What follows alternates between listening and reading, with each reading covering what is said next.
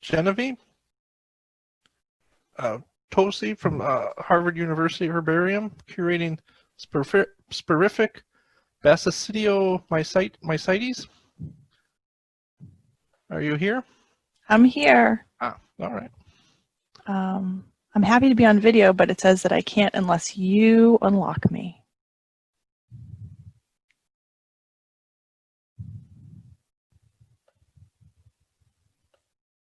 All right. Oh. And I guess maybe here I am. So sporific is not a real word, but I couldn't come up with a better way to describe fungi that just make a giant mess. Anyone who works in mycological collections, I think, is familiar with this. So Paul, if you could go to the next slide.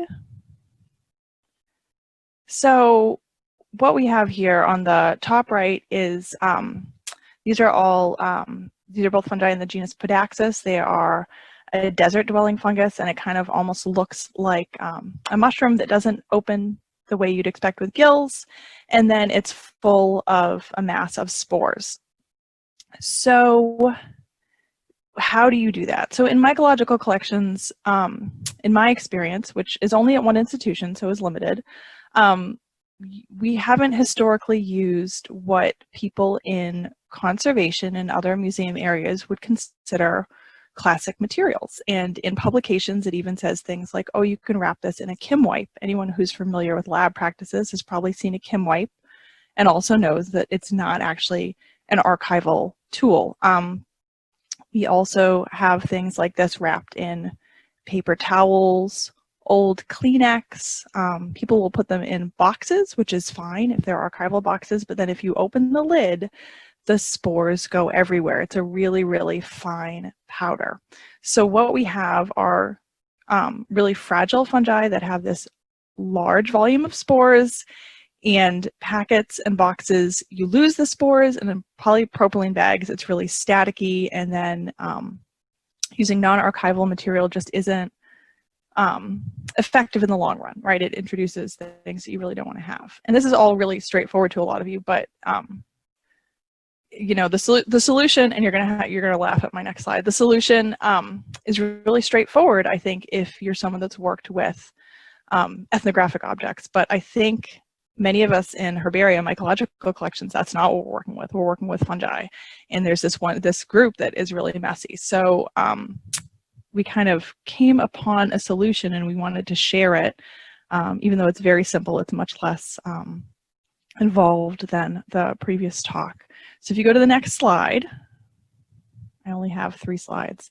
So what you see is not archival tissue paper, because I was going to prepare this talk and then we got sent home for the pandemic. So I had to make do.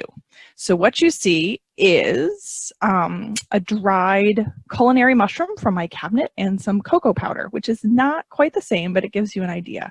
So what we've come up with and recommend is using archival tissue paper to create an enclosure for your specimens that have a lot of spores that get everywhere. I like to fold it up, as you see here. You can either do a triangle fold. I actually find that a twist works better to keep everything in shape. If it's really messy, I even double it up. You can cut things to an appropriate size. It's more expensive than using the Kleenex from your desk, but it's not exorbitantly expensive. If you have colleagues at your institution, then you can perhaps ask to borrow a piece of tissue paper from them. And it just really allows things to be more stable. And I also find that with the twist method, it seems a little silly, but it actually adds a little bit of rigidity to the end. So then if you're placing it in a box or in a packet, you kind of get that extra level of protection. Not all specimens need to be prepared this way, but I know that for our institution now, any incoming materials that are going to be really messy or that we feel this would add an extra layer of protection to, this is what we're going to do.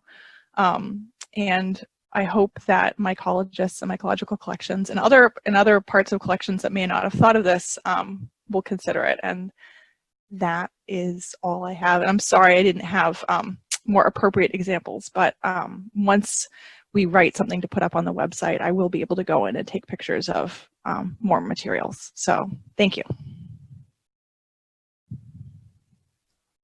No, I think that was great and showed exactly what you wanted. Excellent. Thank you.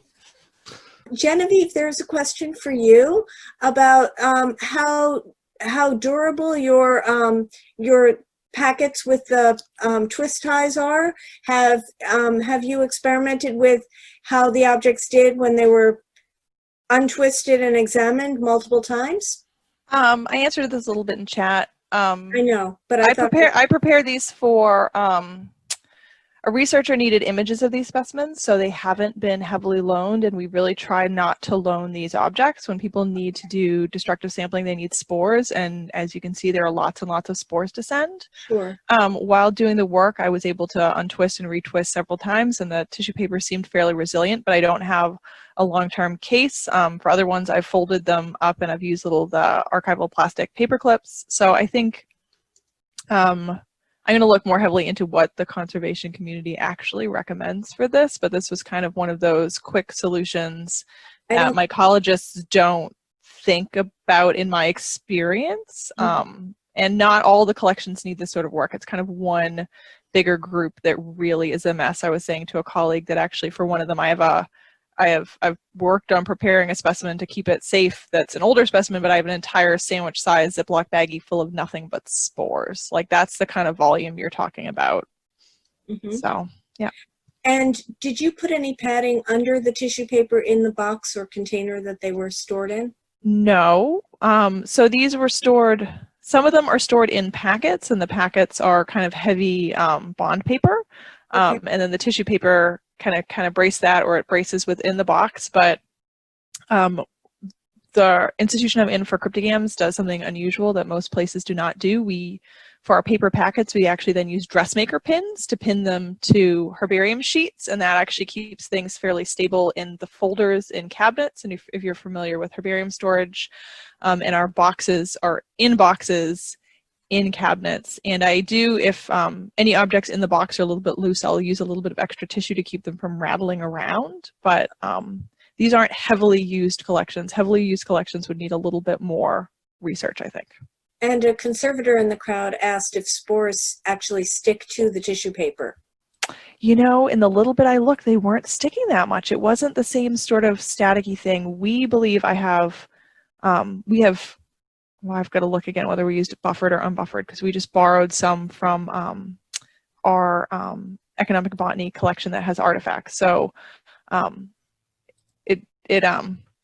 it varies a little bit, but it wasn't sticking the same way. And I do make sure I kind of almost roll it with folds to then kind of encapsulate those spores, because it really is super fine and super powdery, and it'll get in the air kind of like if you have pure cocoa powder or cornstarch. It's very similar to cornstarch in that it will just get everywhere. So I was just trying to encapsulate that to keep it from getting all over the camera stand and all over the camera lens and all over my clothes and all over the desk and the keyboard and the monitor and the cabinets. So that was the goal with this sort of material. Okay. Well, thank you.